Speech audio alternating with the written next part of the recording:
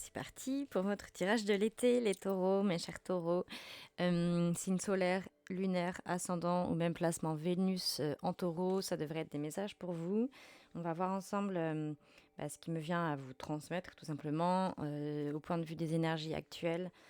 Ensuite, ce que vous aurez à comprendre, à traverser, à intégrer antérieurement presque pendant cet été, cette saison d'été. Et pour finir, la partie relationnelle, vie amoureuse, émotionnelle, etc. Peut-être votre vie extérieure. Et une carte conseil. J'ai d'ailleurs envie de commencer par une carte d'oracle pour une fois. Faire l'inverse, ça m'inspire. Pour donner un peu la tonalité pour vous les taureaux. En me connectant à vous, j'ai vu ou ressenti, je ne sais pas comment appeler ça, mais une rose, la fleur. Est-ce que c'est un symbole qui vous suit, qui vous guide actuellement, etc. Peut-être regarder sur Internet sa symbolique. Si vous voulez creuser davantage après ce tirage, il y aura une extension disponible dans la description de la vidéo. Je mettrai le lien dispo. Et voilà, si vous avez quelques secondes pour liker ou mettre un petit cœur en commentaire de cette vidéo, ça me ferait très plaisir. Tac, tac, tac, c'est parti. Qu'est-ce que l'oracle de Gaïa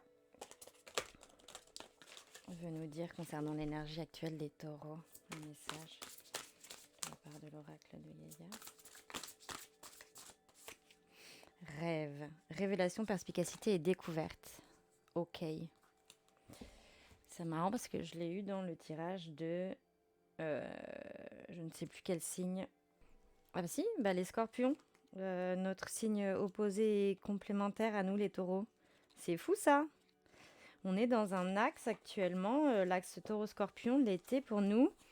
L'été pour nous est synonyme ou bercé par un rêve, des révélations, de la perspicacité découverte, ouais, et peut-être des fortes intuitions.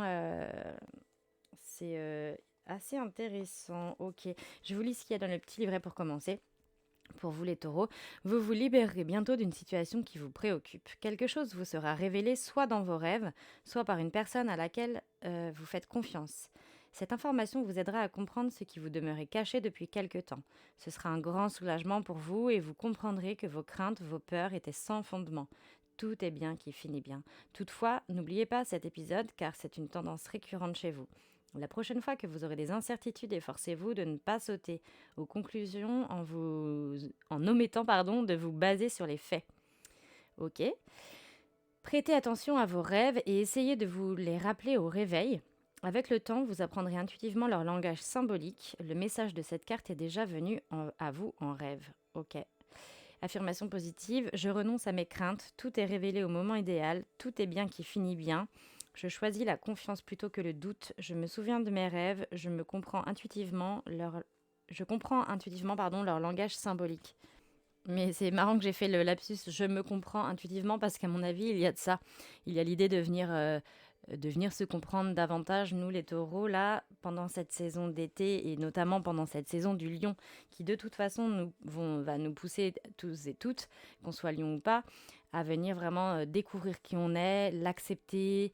C'est ça quand je vais parler d'ouvrir le cœur, etc., etc. C'est ça en fait, c'est d'assumer qui l'on est, qui l'on doit rayonner, etc. Au détriment de choses qui ne plairont pas à certaines personnes de l'entourage, ou des fois ça peut même être au sein de la famille, ça peut ne pas plaire ou déranger la personne qu'on est en train de devenir, de transformer, de libérer comme un papillon qui sort d'une chrysalide. Parfois, ça peut déranger des gens qui nous ont élevés ou des proches, etc.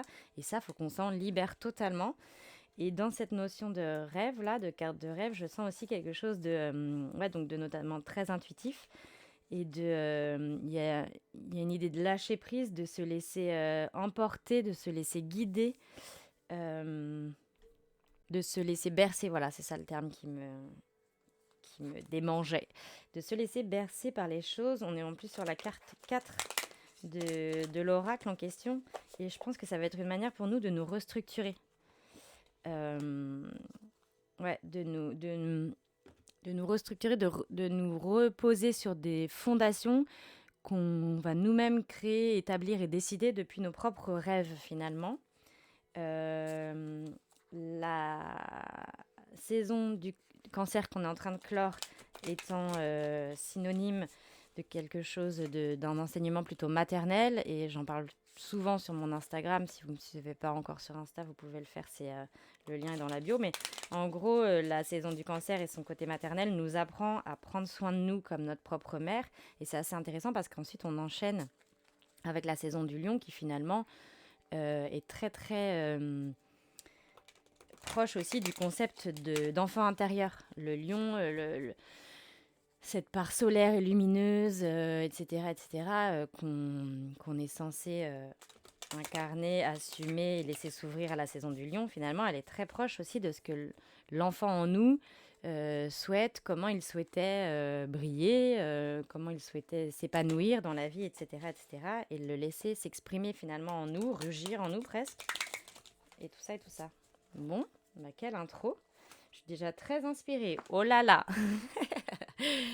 Alors, on va aller regarder avec l'oracle, n'importe quoi, le tarot cosmique, pardon, que j'adore, de Cathy McLelland.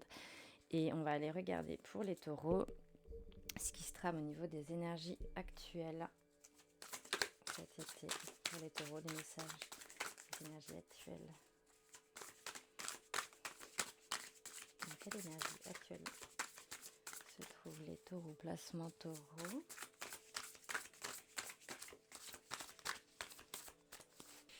Alors ouais, j'ai le 10 d'épée, 9 de denier, cavalier d'épée qui pourrait correspondre à nos énergies actuelles. À savoir, en fait, c'est marrant parce qu'encore une fois, il y a pas mal de cartes pour nos opposés et complémentaires du scorpion qui sont similaires à notre tirage. C'est fou quand même. Alors, 10 d'épée, 9 de denier, cavalier d'épée, j'ai ici l'info. Il se passe plein de choses. Ça bouge, il y a du mouvement, il y a la roue qui est en train de tourner, on le sent, etc. Et en même temps, c'est très plaisant. Il y a une sensation d'accomplissement, il y a une sensation de fierté, mais la fierté bien placée, quoi. La fierté d'être fier de nous, d'avoir enfin pu cueillir les fruits de graines et d'efforts qu'on a pu planter jusqu'ici. Il y a eu énormément d'efforts de la part des taureaux en ce qui concerne la maîtrise, la canalisation à la fois de nos mentales, de notre mental, de nos pensées et tout, dans le but de passer à autre chose, dans le but de passer à un nouveau cycle de vie. Et c'est en train de complètement nous transformer. Je suis désolée, je dis nous à chaque fois, mais parce que étant taureau, bah, je nous parle. Euh, et en fait, bah, le fait que les fruits de nos efforts sont en train de mûrir, sont en train d'éclore, d'apparaître de façon vraiment et de se concrétiser de façon matérielle, c'est-à-dire dans la vie réelle, dans la vie tangible, c'est-à-dire des vraies opportunités, des vrais nouveaux départs, des vraies nouvelles possibilités réalistes, quoi, matérialisables. Et donc, de voir que tous ces efforts-là, toute cette éventuelle ouverture de cœur, ouverture d'esprit qu'on a pu s'accorder, auquel on a pu croire, auquel on a pu se rattacher, eh bien, portent leurs fruits, voilà. Ça nous ouvre à une forme d'éveil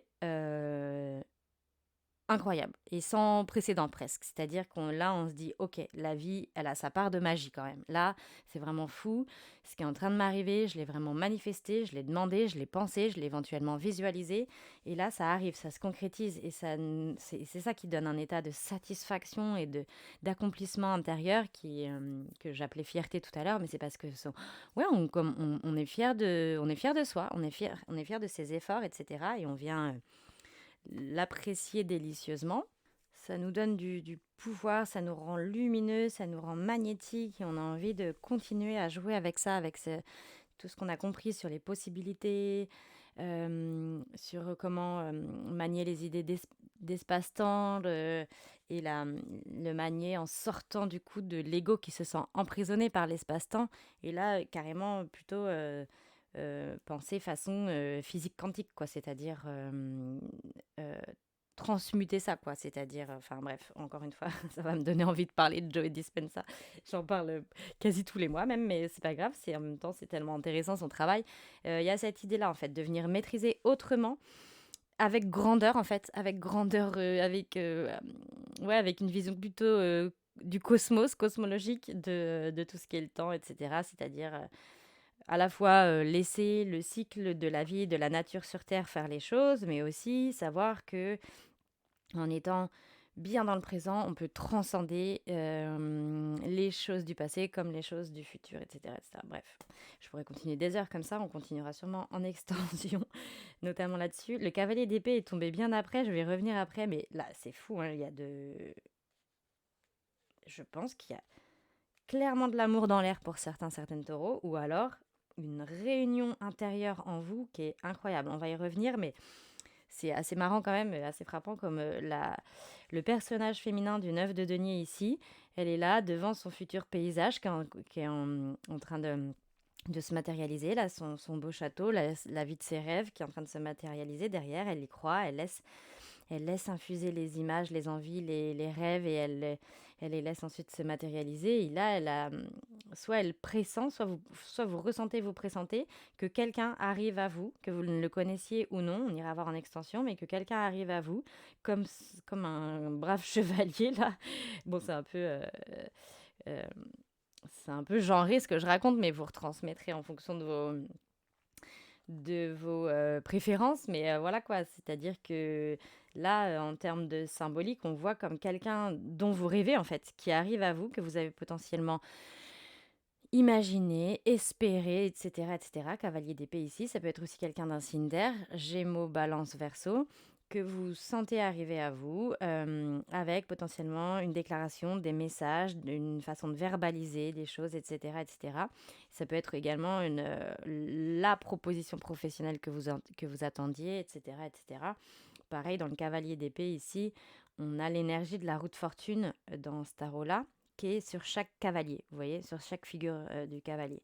Et la roue de fortune, c'est l'arcane 10, et ça nous rappelle en face le 10 d'épée à gauche, double vibration 10 des deux côtés, c'est ça où je veux en venir, c'est-à-dire que là, on sent vraiment que vous êtes sur le seuil de votre nouvelle vie, quoi.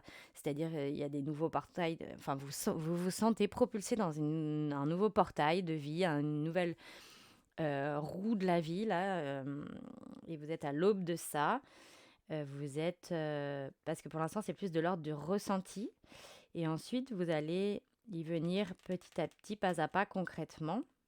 Bon, ça m'intrigue pas mal, cette histoire de personnages féminins, personnages masculins qui se font face, là, qui ont l'air de s'attendre l'un et l'autre. On va regarder dans l'extension de quoi il s'agit, mais voilà. 9 de denier représentant carrément aussi des énergies de terre, donc potentiellement vous, hein, c'est-à-dire taureau, vierge, capricorne, et en face des énergies d'air qui peuvent être un signe d'air en face, mais également des nouvelles, une proposition, quelque chose, ouais, de verbalisé ou d'écrit, etc. Ça, c'est très énergie d'épée dans le tarot.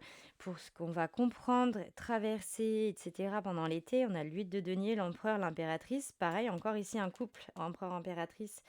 Pareil, en fonction de vos préférences sexuelles, vous retransposez, mais c'est plutôt ici qu'on a une belle énergie yang en harmonie avec l'énergie yin. Ça peut parler aussi d'une consolidation en nous de notre part masculine, de notre part féminine, c'est-à-dire mettre au service toute notre part intuitive et créative. Non, pardon, mettre au service notre part d'action, le faire, la concrétisation, etc., etc., le faire, F-A-I-R-E, hein, la concrétisation, etc., et la mettre au service de notre part intuitive, de notre part yin, donc de notre part créative, de ce qu'on a envie de faire et de créer depuis notre source intérieure, nos ressources, etc., etc., l'impératrice ici. Et en fait, le 8 de denier, ça nous raconte quoi ici? C'est pareil, c'est un peu l'idée de la magie de la vie. C'est l'idée, elle est tombée aussi pour les scorpions, c'est ça qui est fou. C'est l'idée de venir tisser sa vie, de venir la visualiser et l'appréhender justement comme un grand tissage, avec éventuellement des nœuds, des choses qui se sont nouées, etc., qu'on peut tout à fait venir dénouer. Donc là, ça pourrait correspondre à des choses du passé, à des blocages, à des résistances, etc. Et à l'inverse, venir tisser, donc fabriquer en fait et consolider le reste, ce qui serait de l'ordre de l'avenir qu'on se souhaite, le futur, etc., etc. C'est une carte qui me rappelle énormément le concept, l'énergie, l'archétype, appelez ça comme vous voulez, de grand-mère araignée, qui est la figure la conceptuelle de l'énergie maternelle chez les natifs américains Navarro et Hopi. J'ai fait dernièrement un post sur toutes les différentes déesses mères, enfin toutes, pas toutes, pardon, mais pas mal de différentes déesses mères dans différentes cultures. Et c'est marrant parce que je la connaissais pas, cette déesse mère-là, et je l'ai rencontrée en faisant le post, et ça m'a particulièrement parlé comme vision des choses. Et là, elle tombe dans notre tirage, donc je pense que c'est pas anodin. On est vraiment invité à venir se renseigner sur cette déesse mère, éventuellement l'invoquer, lui faire des demandes pendant les lunaisons. Il y a ici aussi dans cette arcane, il y a encore une roue, il y a encore cette idée de portail, de choses qui se transforment, qui sont en train de bouger, qui sont en train de... Il y a une dynamique, comment on appelle ça?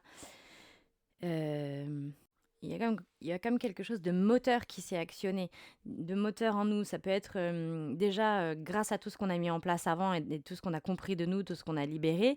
Et comme il s'est passé éventuellement des bonnes nouvelles ou des concrétisations, etc., au fur et à mesure des choses, et ben, ça nous active encore plus ce moteur en nous, là. Et du coup, il faut vraiment venir s'en servir et le déguster et tout comme de délicats fils là qu'on va venir pouvoir tisser pour tisser je sais pas moi, le tapis de notre avenir, quoi. Ce sur quoi on pourra se reposer. Ouais, il y a une idée de fondation ici, mais vraiment très très subtile hein, dans l'idée de tissage. Ah voilà, c'est ça que je cherchais comme notion. En fait, je nous sens comme dans un effet de mouvement de force centrifuge là, c'est-à-dire comme si on était au milieu d'un d'une sorte de robot, vous savez, cuisinier là, et avec la force centrifuge, tout tourne autour. Et on sent que les choses sont en train de tourner, bon, pas forcément à une vitesse affolante, parce que si ce sont plutôt des cartes de structure, etc. Et en fait, à l'inverse, c'est possible que certains ou certaines taureaux qui écoutent ici ne sentent pas justement cette force centrifuge, cette accélération, ces choses bouger, auquel cas ça nous dit peut-être que justement vous vous sentez en inertie, c'est-à-dire dans une forme d'immobilisme, d'immobilité, auquel cas il serait important de d'actionner cette roue en vous, ce qui doit changer, etc., etc. Ça me fait penser à des notions d'Elena Blavatsky. Je vais vous relire ça tout de suite. Ah voilà, j'ai retrouvé. En fait, elle nous explique que c'est le non-contentement avec ce qu'on a déjà dans la vie, avec ce qu'on est déjà même d'ailleurs, pardon. C'est quand on arrive à ne plus se contenter de ce qu'on est déjà, que ça nous sert de moteur à l'évolution. Et là, il y a un besoin de moteur à l'évolution. Normalement, on le vit, il est actionné, on le ressent déjà pour la plupart. Mais je dis au cas où, celles et ceux qui m'écoutent, vous ne vous sentez pas concernés par le tirage, c'est juste que vous avez ça de possible, d'activable très très fort pendant l'hiver, l'été, n'importe quoi moi, et que vous allez pouvoir venir l'actionner facilement en réfléchissant à ça. Donc le non-contentement de ce qu'on est déjà sert de moteur à l'évolution, à aller plus loin dans les quêtes et dans des dépassements, dans des épreuves qui transforment et qui nous transforment. Alors que lorsqu'on se contente de tout, eh bien on entre en inertie, en mécanicité. Et c'est-à-dire qu'on ne fait plus rien. Tout dans la vie devient mécanique, etc., etc. Et c'est là où on perd notre conscience, c'est là où on cesse d'être des humains à potentiel, et c'est là où on perd une forme d'éveil et de contact avec la magie de la vie, la magie de la manifestation des choses pour recréer sa vie, etc., etc.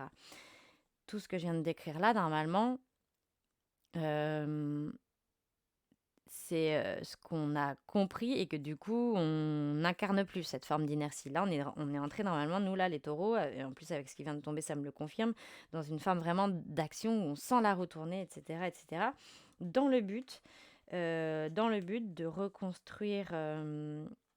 reconstruire bah, son empire quoi symbolique, c'est-à-dire peut-être absolument tout, voire beaucoup d'aspects de sa vie matérielle et quotidienne, hein. Avec l'empereur ici, ça peut concerner beaucoup, beaucoup de parties de notre vie. Ça peut être à la fois le pro, à la fois le perso, à la fois le familial, à la fois notre lieu de vie, notre travail, pas mal de formes de structure en fait, qu'on est en train de revoir, de refonder, de reconstruire, de renommer peut-être aussi, de reprioriser peut-être aussi. Et en fait, c'est quand même l'arcane majeur qui est tombé là, donc on le fait pas qu'à moitié, quoi. On le fait vraiment entièrement, hem, peut-être, en voyant les choses en très, très grand, mais dans le but, en fait, de vraiment co-construire quelque chose avec l'âme, quoi. C'est-à-dire, vraiment, ouais, j'ai l'impression qu'on a compris ce jeu. OK, donc moi, là, je suis, une âme incarnée dans un corps humain, pour jouer le jeu de cette vie-là. Donc vous croyez à une ou plusieurs vies, ça, c'est comme vous voulez. Mais, en tout cas, dans cette vie-là, je suis une âme qui a telles et telles aspirations et OK, on m'a donné un corps, on m'a donné des possibilités et cetera. Bon, bah, je vais m'amuser à construire, bah, ce que j'ai envie de construire comme empire personnel, en lien et à l'écoute de cette âme-là. Et mais ça, mais très très fort. C'est-à-dire qu'en plus, on a à côté l'arcane de l'impératrice qui est l'arcane vraiment de celle qui a compris justement cette magie de la vie, de ok, je plante une graine et quelques mois après, en respectant les cycles naturels, ça donne, ça me donne des fruits, ça crée la beauté autour de moi, etc., etc. Et je peux me nourrir de ça, etc. Donc c'est un lien une co-création, ouais, très fructueuse avec potentiellement avec l'univers, avec votre vie en général en fait. C'est-à-dire que pour certains, certaines ici, les plus terre à terre, vous allez comprendre comment mettre en place la fluidité triangulaire entre, par exemple, vous, ce que vous pouvez être et créer depuis ce que vous êtes et partager à votre entourage proche ou à votre entourage professionnel et recevoir de tout ça en retour depuis quelque chose que vous êtes, que vous vibrez, de très pur, de très en lien avec votre âme ou votre enfant intérieur, etc. Et pour celles et ceux ici plus spirituels, c'est la même chose, mais dézoomé, c'est-à-dire non plus sur le plan uniquement quotidien de l'entourage proche et du professionnel, mais sur le plan ouais, de la Terre, du cosmos, c'est-à-dire, ok, donc en fait, quand je plante telle graine, tel vœu en vibration avec l'univers, je partage ça au monde entier et non plus seulement à mon entourage. Et je reçois depuis la vie, depuis l'invisible, depuis... Donc voilà, c'est la même chose, c'est la même triangulaire vertueuse, mais à deux différentes échelles en fonction d'où vous en êtes dans cette vision de la vie qui vous est bien propre, hein. Donc on va aller regarder ce qui se joue sur le plan relationnel pour les taureaux. Roi de coupe. 2 de bâton. Et tempérance. Ok. Alors, très intéressant. Bon, roi de coupe, déjà, dans la partie relationnelle, amoureuse ou vie extérieure, c'est le roi des coupes, le roi de l'élément eau, le roi de l'amour, hein, dans le tarot. Donc voilà, très clairement. Et si c'est un autre personnage, ça peut être un personnage du signe du poisson, ou éventuellement aussi d'un autre signe d'eau, cancer, scorpion, poisson, ou bien avec quelqu'un avec un fort placement en poisson peut-être.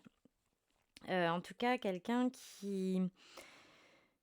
Ou alors c'est aussi vous-même qui arrivez à, comment dirais-je, à incarner, à accéder à ce type de maîtrise de votre part émotionnelle et de maîtrise de votre ouverture du cœur, c'est-à-dire celle qui reste toujours stable et saine et confiante et sereine, une ouverture de cœur comme ça, et non plus celle qui se fait happer par ses propres raz-de-marée émotionnels, qui sont en fait des raz-de-marée émotionnels déclenchés par des blessures, etc., etc. Il semblerait que vous réussissiez à accéder à une belle stabilité, une belle maîtrise en fait de vos propres émotions, ce qui vous permet de rester le cœur grand ouvert et qui potentiellement aussi peut vous permettre d'aimanter la bonne personne aussi avec cette même stabilité, l'aimanter à vous.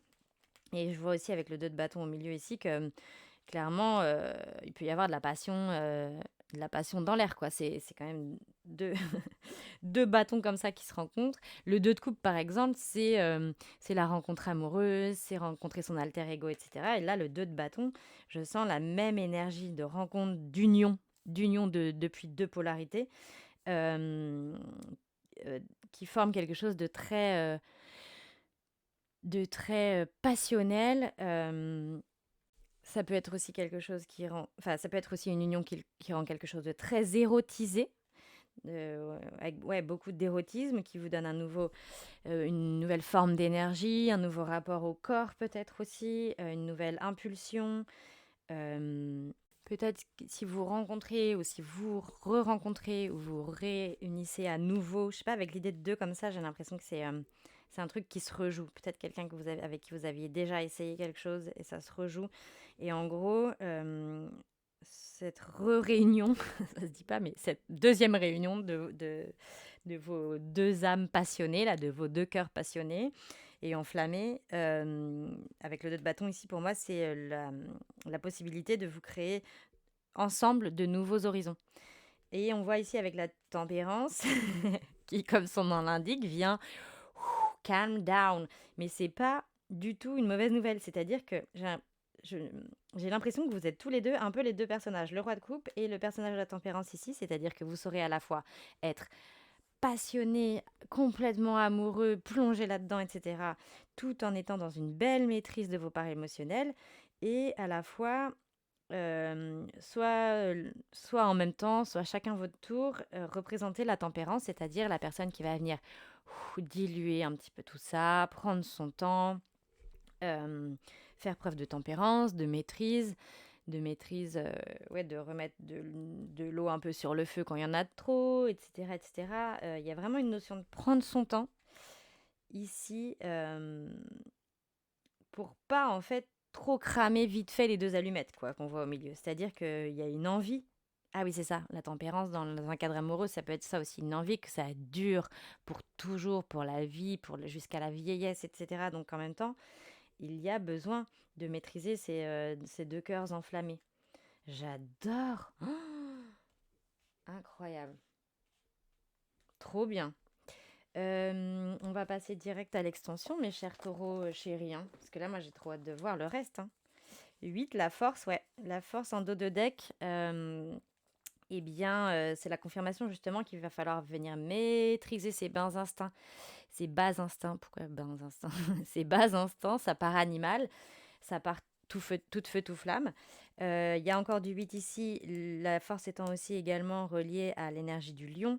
C'est possible que votre saison du lion, là, le mois d'août, enfin jusqu'au 21 août, euh, soit un très très game changer, c'est-à-dire un gros revirement de situation, un virage à 360 même, je dirais, dans votre vie, un gros gros virage karmique. Mais pour moi, là, avec le reste des cartes, c'est un virage que vous souhaitiez, dans lequel vous avez investi du temps, de l'argent possiblement, du cœur, de l'ambition, des visualisations, etc. etc. Bah, le virage à 180, il est là, là. En plus, mois 8. Mois 8, le mois d'août, c'est le mois 8, exactement. Quelque chose de karmique. Ouais, non, mais là, c'est fou, hein, tous les messages, hein. Je regarde aussi les autres numéros des cartes. Et en gros, pardon, je disais la force, la maîtrise des bas instincts, ça nous parle aussi justement d'apprendre à venir canaliser ces vieilles pulsions animales, mais dans le sens de comment on fonctionnait au niveau du comportemental et du réactionnel dans le passé, pour pouvoir vraiment faire switcher la roue et, euh, et, euh, et, euh, et basculer dans la nouvelle boucle qu'on se souhaite. Vous voyez ce que je veux dire avec ce 8, là, le lemniscate, la forme du 8 de l'infini. Il y a deux boucles, il y a celle du passé dans laquelle on ne veut pas retourner, replonger, et il y a celle de l'avenir dans laquelle on veut plonger avec joie pour se reconstruire, pour se donner un nouvel élan, une nouvelle possibilité de cadre de vie, de style de vie, ouais, de karma, etc. Elle tient puissamment ici avec sa main, là, elle maîtrise avec sa main le serpent. 13h13 quand je vous parle. Ouais. Il y a un truc quand même, les maisons 8 de denier, 8, l'arcane de la force numéro 8, plus 13h13, tout ça me rappelle vraiment le signe du scorpion. Et le scorpion, il vient transmuter, transformer en nous, guérir, faire mourir le passé, etc., etc. Il y a vraiment des forces énergétiques comme ça qui nous sont accessibles pour nous, là, les taureaux, pendant l'été. Vraiment, si vous voulez pratiquer la magie déjà qui respecte, qui est saine et qui respecte tout le monde, hein, d'accord, on ne maîtrise et on ne manipule que ses propres énergies, n'est-ce pas? Mais mettre en fait toutes ces forces telluriques comme ça et magiques au service de sa propre vie à l'aide des cycles de la Lune, les 8 cycles de la Lune qui sont représentés sur le 8 de denier, à l'aide du pouvoir de la guérison, de créer ses propres potions. Et quand j'ai propre potion, ça peut être tout simplement venir charger son eau à chaque lune, etc. C'est une forme de potion simple à faire, etc. Enfin, il y a ce truc-là avec le serpent, vraiment de venir guérir de son propre venin, c'est-à-dire ce qui nous paralysait dans le passé, ce qui nous desservait, ce qui nous rendait aigris, etc., etc. Tout ça, il y a ce besoin de venir le guérir, de venir le transformer, de venir le maîtriser, de venir en prendre conscience. Et euh, ouais, mais c'est magnifique. Oh, bon, alors, à tout de suite pour celles et ceux qui continuent en extension, j'ai trop hâte. Et pour celles et ceux qui s'arrêtent ici, merci beaucoup de m'avoir écouté. N'oubliez pas de réécouter régulièrement dans l'été ce tirage, puisque de toute façon, il y a des choses qui vont davantage infuser et résonner au fur et à mesure que l'été avance. Voilà, à tout de suite.